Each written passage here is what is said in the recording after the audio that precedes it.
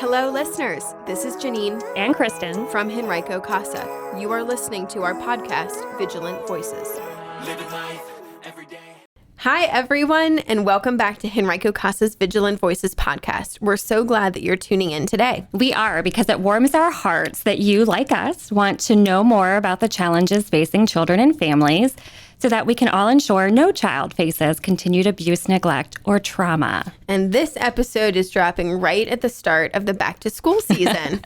And I always pause to say my favorite time of year. I love it. Okay. Let me guess. It's because lots of parents feel the same way. Yes. Summer's winding down, which, of course, hopefully was enjoyable for everyone. But it's also then the structure that comes back, right, with a new school year. And I think that's quite appealing for many. It's very appealing. So true. And I'm really looking forward to this conversation today because I think we're going to talk about something that doesn't necessarily get the attention it deserves in the midst of all of the school and back to school talk. And that's really focusing on early childhood education. Right. Like the before school age, right? We're going to talk today about kids ages 0 to 5. Exactly. And, when people think about education, I think minds first go to kindergarten. Sure. But the reality is that much of a child's development happens and needs to happen before they ever step foot into a classroom. Absolutely. And, in fact, those early years are actually some of the most important. And that's because the brain is developing at such an incredible rate in those first 5 years. 90%. It's crazy. It's when the foundation for, lifelong learning, for emotional regulation, and for even physical health, the foundation is being built in those 0 to 5 years. Exactly. And it's really why at CASA we pay very close attention to what happens in a child's life before they reach that school age. And many of the children we serve have really experienced serious challenges or, neglect in those earliest years. And so that's things like unstable housing or a parent's significant mental health struggles or even exposure to violence or pretty severe neglect. Yeah. And, that makes me think of some children we know, the Smith siblings. Yep. And again, listener, I've switched out names there to uphold confidentiality. But the Smith siblings were toddlers living with only one parent, their biological dad. And that was because their biological mom had some mental health challenges that had led to abuse and neglect of the children. And so thinking about the concept of early learning, this already sounds like a challenging situation because we have a single parent who we certainly understand, but then is also working and juggling all of the parenting responsibilities. And so unfortunately, it just sort of makes you wonder, okay, well, how much time is this father available for the kids? Right. And actually, a whole nother layer or another challenge was that this father had, I guess I would say, strict beliefs about gender roles and really didn't think it was his place or wasn't comfortable raising the children, even though now he was, in fact, a single parent. So we didn't get the sense that there was reading or clear learning activities going on. But there also wasn't a lot of interaction in general between him and the kids outside of discipline. Yeah. And so there weren't opportunities for the children to learn by watching or mimicking or playing with him. Right. But what the Smith siblings were also missing were moments of connection and healing. I think their dad just didn't realize how important it was for them to have that after all of the trauma they had experienced. Yeah. And I sort of alluded to it, but I'm sure that Mr. Smith felt overwhelmed by being the single parent to, the sibling set. Yeah, especially since he didn't even really know where to start in being a nurturing caregiver for them. He didn't really see himself playing that role, and he didn't really know how to play that role. And that is until the Smith Children's Casa was appointed. And I'm going to trust that this will be a turning point in the story. Yes, but we will learn more at the end of the episode. Okay. All of the things, Kristen, that you described that these siblings experienced are what we call adverse childhood experiences, or ACEs. And we've certainly covered this in other episodes, but these ACEs can have a lasting impact on a child's ability to learn and grow. Yeah. And, we've said it before and we'll say it again, but trauma doesn't just affect a child's emotions, how they feel about things. It affects so much more, their attention span, their memory, their language development, all things that are absolutely essential for school readiness. Exactly. And that's why our CASA advocates make sure that young children have the support they need really long before they're asked to be sitting at a desk, concentrating, learning letters, numbers. Yeah, we see ourselves as kind of helping lay the groundwork for learning. And that might mean connecting families to parenting classes, or maybe helping them access some sort of structured, reliable childcare.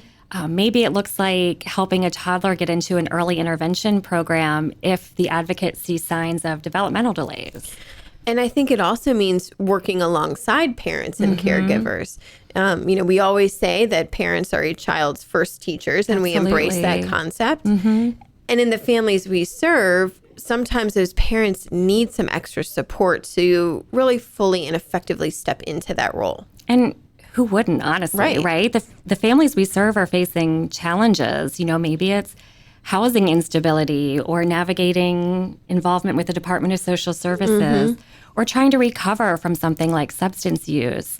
So, when you think about those heavy subjects, sitting down to read, something like The Very Hungry Caterpillar doesn't feel like a priority, right? But it's those little things that actually should be a priority because they make a huge difference to the kids. They really do. And I want to point out that every child and family's experiences and circumstances are very different. So as advocates, just as safe adults who care, we can't really just show up with a checklist and expect the same. So we have to show up wanting to understand what this particular child in this particular family needs to thrive. Yeah, and that includes helping parents strengthen their parenting skills, and helping to identify other trusted adults who can maybe step up when the parents can't. Right. And unfortunately, the reality is that sometimes parents can't. And some of our youngest CASA kids have parents who are incarcerated, or they're struggling with very serious mental health issues. And in those cases, really, it's even more critical to have someone watching out for that child to make sure that their early development, which we've talked about being so critical, doesn't fall through the cracks. Right. And that kind of brings us to the question that we always try to fall back on in this podcast, which is, what can we do to help? Yeah. And I think really we fall back on it because if we know better, then we can and will do better for the children in our lives. Right. And so, listener, let's kind of all just agree to recognize that a healthy home is foundational for learning. Right. I have a feeling you agree with us on that already. That means, a safe, nurturing environment where kids feel secure enough to explore, to play, to grow. And as we've also said many times, listener, whether you're a neighbor, a teacher, a family member, you can help create and support healthy learning environments. For sure. Ideas, drop off some books or coloring supplies, maybe share the library's story time schedule, which is well loved. Offer to make a meal, which might free up a parent's time so they can focus on their child and some of those early learning moments. Yeah, it's all of those little things that really add up. And I think that we have to keep reminding ourselves of that. Yeah, and one another, right? Very good. But really underscoring that parents are and should be their children's first teachers. Yes. We can be part of a community that supports parents in that role, helping connect them to resources, being non-judgmental, encouraging early learning moments like reading, singing, talking with kids, playing. Yeah, and kind of building on that point, Janine, if a parent can't be that first teacher, then let's all step up to fill in that gap, right? That's where CASA comes in often, but it's also where, other volunteers, mentors, extended family, educators, we can all play a huge role. Every child definitely deserves someone who's showing up for them in these crucial early years. Yeah, coaches, the list goes on and on.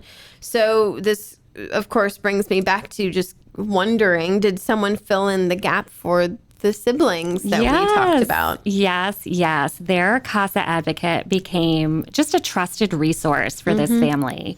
And getting to know the children, she was able to incorporate kind of some informal learning into their interactions. Let's read together. Let's color while we talk. Those sorts of small things. Yeah, and I think the small interactions and activities are best because what happens in those moments is the kids are distracted, so they don't even know that they're actually learning. Yeah, that's so true. And this advocate was able to report back to the judge a lot of good stuff. Like, first and foremost, the father was open to parent coaching, which was a great first step. And second, she sensed that there had been a language barrier that had led to maybe some early misunderstandings. Yeah. And so after getting to know this family really well, she was confident that the father wanted to help his children heal and set them up for success. But kind of his intentions had been lost in translation.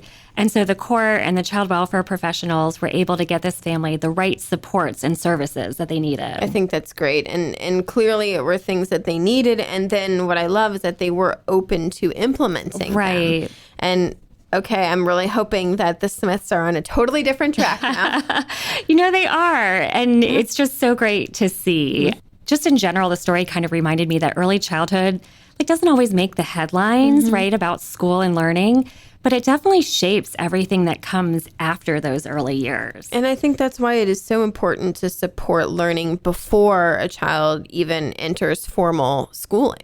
Yeah. And, when I personally think of early childhood learning, I always think of the library. Yeah. It's such an amazing resource that we have. And specifically here in Henrico County, the libraries offer more than, just books. And I hate to say just books because I'm a book lover and I loved reading with my kids. Yeah, but I know what you're saying because truly our county's libraries offer even more. Their play areas with developmentally appropriate toys, social opportunities with story times and activities for that socialization education for children. Yeah, and over the summer, they have the special reading programs and award systems and things. There's just so much to get involved in. Yeah. So, listener, your call to action today is just to be reminded of our libraries and visit your local library's website. If you're in Henrico County like us, that would be henricolibrary.org. And of course, we'll put a link in our show notes. Sure. So just, hop on the site, see what they have to offer, tap into some of their early learning opportunities, and kind of better yet, share the info you find with other parents and caregivers to spread the love. I love that. And I'm going to add a secondary call to action, shameless plug, as I like to say, but this is just a shout out for CASA. We are accepting applications for our next advocate training session that will start this fall, sort of a back to school, right?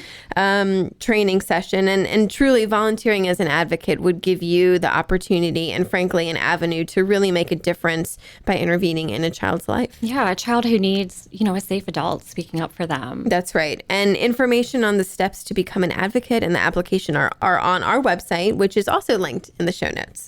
Perfect. All right, listeners. So thanks again for joining us, for caring about the children in our community, and for taking action on their behalf. See you next time. Thank you for listening to Vigilant Voices, Henrico CASA's podcast. We have a vision for all children to live in safe, healthy homes. You can help us make that happen. Tell a friend about our podcast and find us on social media. I believe in the better days.